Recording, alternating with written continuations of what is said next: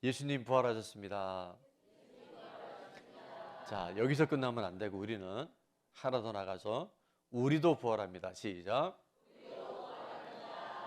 자, 그 우리 안에 명확한 고백이 또 하나 있어야 돼요. 마지막입니다. 나도 부활합니다. 시작. 아멘. 여러분, 이 고백이 립싱크가 아니라 정말 성령님께서 내 안에 계셔서 예수님 부활하신 것처럼 우리 모두가 부활할 거고, 그 중에 나도 꼭 부활한다는 것을 여러분이 확신하고 이 부활절 기쁨과 남은 삶을 누리며 전하며 살아갈 수 있기를 축원합니다. 벌써 3년이나 지났는데 우리 딱 이 자리에 섰던 한 지체가 있었어요. 자, 천정원 자매님이 이 자리에서 어떤 표정과 말을 했는지 들어봅니다. 깜짝이야. 아유, 인사하는 게 민망할 정도로. 저 이런 거 처음인데요. 그래서 어떻게 암 환자를 이렇게 좋아할 수 있어요? 자, 거기까지만. 자, 제가 이 자매님을 왜 떠올리게 됐냐 하면 저 때는 8년 전이고 지금부터는 11년 전에 악성, 그러니까 시한부 인생을 판정을 받아요. 말기 암 판정을 받았는데 저희 교회 올 때 정말 말이 안 되는데 담당 주치 선생님이 아산병원에서 치료를 받는데 보통 그 암 환자들이 항암 치료를 한 5회에서 10회 정도 되게 되면요 탈진이 된답니다. 그리고 이제 탈진을 넘어서 그냥 죽었으면 좋겠다 매일 이렇게 원망하고 탓하고 자책하고. 그런데 우리 교회 올 때 이미 암이 발병되어져서 이제 얼마 안 났습니다. 오늘 밤에 만약에 생명이 끊어져도 의학적으로는 아무런 문제가 없습니다 할 만큼 안 좋은 상태였는데 그때가 88차 항암 치료를 받고 있었어요. 근데 최근에 제가 어느 자료를 보니까 그 한 방송에 유튜브 방송에 출연을 했는데 133차 항암 치료를 받고 있더라고요. 그래서 그날 그 진행하는 분이 이렇게 물어봤어요. 지금 얼굴 표정을 보니까 별로 안 아픈 것 같은데 오늘 컨디션이 좋은가 보죠? 여러분 이날 이 컨디션 되게 좋아 보이지 않아요? 이날도 아침에요 좋은 나무교회 간증을 하러 오려고 했는데 너무 몸이 안 좋아서 못 올 뻔했대요. 근데 간절히 추스려서 교회 왔고, 그날 우리 학생부 친구들이 5층에 있다가 천정근 자매 올라가니까 연예인 보듯이 했던 것 같아요. 막 이렇게. 근데 이 자매님이 이 세상 그 누구도 어떤 건강하고 모든 것을 다 갖추고 있는 사람보다 그는 기뻐하고 감사해요. 그 이유는 뭐냐면 그는 이런 고백을 합니다. 한번 따라해 볼까요? 암은 선물이고 죽음은 소망입니다. 저는 이 단어를 영원히 못 잊을 것 같아요. 근데 이 천정원 자매님이 처음 발병이 됐을 때는 예수님 믿지 않은 상태였었거든요. 그래서 너무너무 억울했대요. 내가 이 젊은 날에 왜 이렇게 죽어가야 되냐고. 근데 기도하는 한 공동체를 만나게 되고 온 성도들이 얼굴도 이름도 모르는데 중보 기도에 한 젊은 자매가 암으로 인생이 꺼져간다는 얘기를 듣고 통성으로 기도할 때 그 기도했던 중보해줬던 누가 한 그 아는 언니가 그 기도하는 목소리를 녹음을 해서요 그걸 보내준 거예요. 근데 그때 자기는 너무 그것이 역겹더래요. 당신들이 뭔데 내 인생에 개입되어져서 고쳐달라 말라 하냐고. 근데 낮아지는 어느 한 순간 자기 안에 그분들의 그 기도가 그렇게 그립더래요. 그리고 그가 교회를 찾아와서 예수님 만나고 무슨 소식을 듣냐 하면 부활의 복음을 들어요. 나를 믿는 자는 죽어도 살겠고 살아서 믿는 자는 영원토록 죽지 아니하리라. 그 부활의 복음을 듣고 난 이후에 이 자매가 이렇게 바뀌어버린 거예요. 근데 정말 기적적으로요 이 자매가 고침을 받아요. 있을 수 없는데 치료가 되어졌어요. 그래서 태어나는 날 그가 생각했던 건 나처럼 일산의 암 병원에 암센터에서 치료를 받았는데 살려주는 이 목숨으로 전도를 해야 되겠다. 암병동을 두면서 복음을 전했는데 거기에 있는 한 분이 너무 거부를 하면서 화를 내더래요. 당신은 암에 걸렸다가 어떻게 됐으니까? 나았으니까. 치료됐으니까 이런 얘기할 수 있지만 난 지금 죽어간다. 나한테 그 예수가 무슨 필요가 있냐? 막 이렇게 그렇게 항변을 하더래요. 그럼 나를 좀 고쳐줘라. 그래서 자매가 나오면서 어떻게 기도를 했는지 아시죠? 하나님, 제가 저분들에게 정말 예수님을 잘 전하기 위해서 제가 다시 암에 걸리게 해주세요. 여러분, 이게 말이 되는 기도입니까? 근데 하나님 이런 기도 응답 안 하셔야 되는데 이 기도에 또 응답을 하셨네요. 다시 발병이 됐어요.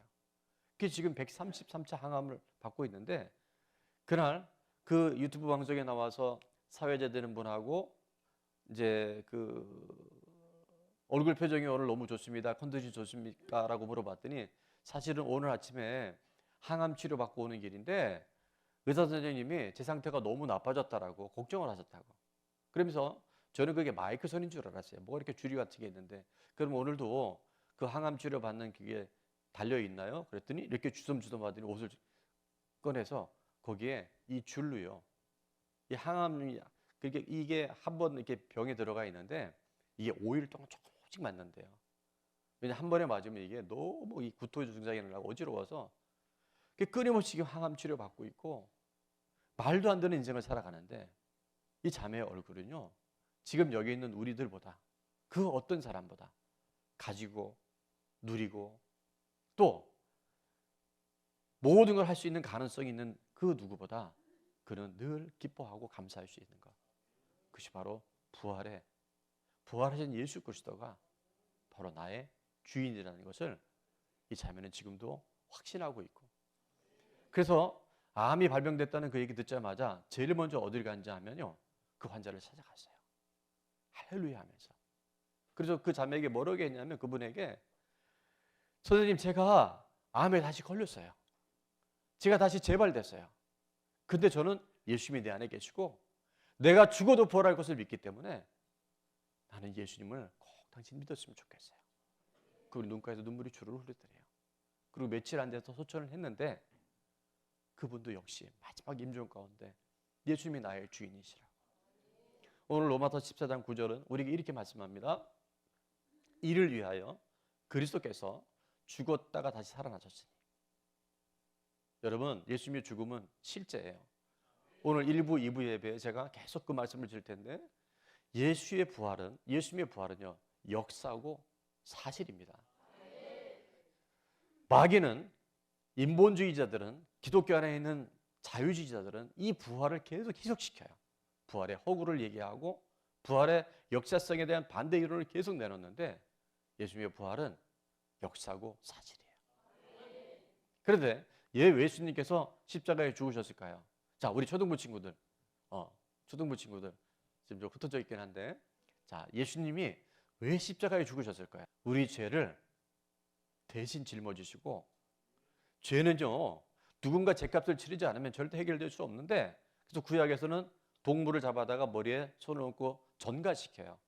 죄를 전가시켜서 그 재물을 각을 다 떠고 피를 다 뽑아내서 불에 태우는 게 번제예요. 그래서 그 죄에 대한 한 마리 양이 되든 소가 죽고 난 다음에 우리가 죄에서 자연을 받는데 그래서 구약의 제사는 피바다라는 얘기가 있어요. 온통 죄진 사람들이 그 동물의 피를 흘렸으니까. 근데 예수님께서 하나님의 아들이신 예수님께서 이 땅에 온 인류의 죄를 대신해서 죄 없은 그분이 인간의 몸을 입고 오셔서 이 땅에 십자가에 가장 저주스럽고 고통스러운 죽음을 당하신 이유는 바로 저의 죄 때문에 여러분의 죄 때문에 우리를 죄에서 구원하시고 죄의 끝은 뭐냐면 죽음입니다. 원래 우리 인간은요 하나님의 형상을 따라 지음받은 우리는 죽지 않게끔 만들어져 있어요. 아니 실제 안 죽습니다. 영원한 천국 아니면 지옥에 갑니다. 육신은 잠깐 있다 가지만 영혼은 절대 죽지 않아요. 그런데 예수 그리스도를 믿는 사람은 우리가 생명의 부활로 나타나요. 그런데 예수 믿지 않는 사람은 심판의 부활을 믿습니다. 예수님이 처음 오실 때는 구원하러 오셨어요. 예수님이 곧 다시 부활하셔서 오시는데 승천하신 이후에 재림의 주는 심판의 주로 오셔요. 초림의 주는 구원하러 오셨지만 재림의 주는 심판하러 오십니다. 우리 안에 예수님의 생명이 있는지 없는지 우리 안에 부활의 생명이 있는지 없는지 그걸 갖고 생명의 부활 아니면 심판의 부활로 구원 아닌 이제는 심판의 주로 오신다는 거예요. 사도행전 10장 31절은 이렇게 말씀합니다. 이는 정하신 사람으로 하여금 천하를 공의로 심판할 날을 작정하시고 이에 그를 죽은 자 가운데서 다시 살리신 것으로 모든 사람에게 믿을 만한 증거를 주셨음이라 하니라. 아멘. 여러분, 정하신 사람이 누굴까요? 예수 그리스도. 창세기 3장부터 여자의 후손으로 오실 예수 그리스도. 그 정하신 사람으로 하여금 어떻게 해요? 천하를 공의로, 십자가의 대속의 그 이 공의를 믿느냐 안 믿느냐, 부활하신 예수님을 나의 주로 모시느냐 아니냐 그 차이에 따라서 심판할 날을 작정하시고 그를 어디에서? 십자가에서, 죽음에서, 저주에서 어떻게 하셨어요? 살리셨어요. 모든 사람이 믿을 만한 증거를 주셨어요. 법정에서 아무리 논쟁이 심해도요, 증거가 딱 나오면 게임 끝인 거예요. 누구도 부인할 수 없는 십자가와 부활의 명백한 증거를 통해서 예수 그리스도는 부활하셨고 지금 우리의 주인이 되셨어요. 이를 위하여 예수님께서 오신 거예요. 천정원 자매가 인생의 주인이 누군지 분명하고 나니까 전에는 내가 주인인 줄 알았던 거예요. 내가 돈 많이 벌고 피아니스트였는데 피아노 교수가 되고 세상에 성공하면 내가 행복할 줄 알았는데 암은 내게 선물이고 죽음은 나에게 소망이라고 했는데 부활하신 예수님 믿고 나니까 이 자매가 완전히 바뀌어버려요. 누가 주인이라고요? 자, 옆에 분에게 예수님 나의 주인이십니다. 내 생명도 내게 아니라 예수님이 주인이고 나니까요 133차 항암 치료를 받는데 저 기쁜 얼굴로, 감사한 얼굴로 죽어가는 영혼들에게 나도 죽어가는데 죽음 위에 천국이 있다라고 당당하게 전할 수 있는 사람, 그런 사람이 바로 부활의 증인인 줄로 믿습니다. 오늘 이 부활절 새벽을 맞아서 여러분 주인이 분명해야 돼요. 주인이 분명하지 않으면 우리 인생에 얼마나 많은 혼미함이 오는 줄 몰라요. 좋은 일이 있으면 교만해지고요, 어려운 일이 있으면 낙심하고 원망해요, 자책해요. 그런데 부활하신 예수님이 나의 주인 되시잖아요. 오늘 로마서 14장 9절 다시 한번 볼 텐데 이를 위하여 그리스도께서 죽었다가 다시 살아나신 이유가 뭐라고요? 죽은 자와 산 자의 주가 되시려고. 주인만 분명하면요 어떤 문제도 기회가 되어져요. 오늘 새벽에 나온 여러분들이 왜 새벽에 나왔냐 하면 십자가에 예수님이 돌아가신 것은 죄와 죽음의 문제를 해결하는 것인데 부활하신 예수님은 우리를 천국 데려가시려고. 죽음은 끝나는 인생이 아니라 죽음 이후에 영원한 하나님 나라 데려가시려고 예수님이 오셨어요. 그리고 부활하셨어요. 더 중요한 것은 지금도 우리와 함께 하시려고.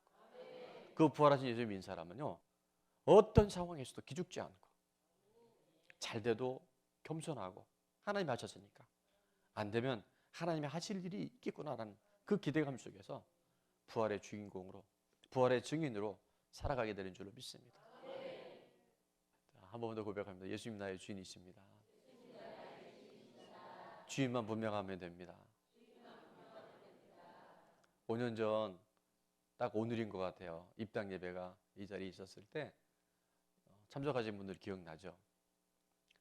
하나님이 하셨습니다. 하나님이 하시면 됩니다. 하나님이 하시게 하는 인생이 되면 돼요.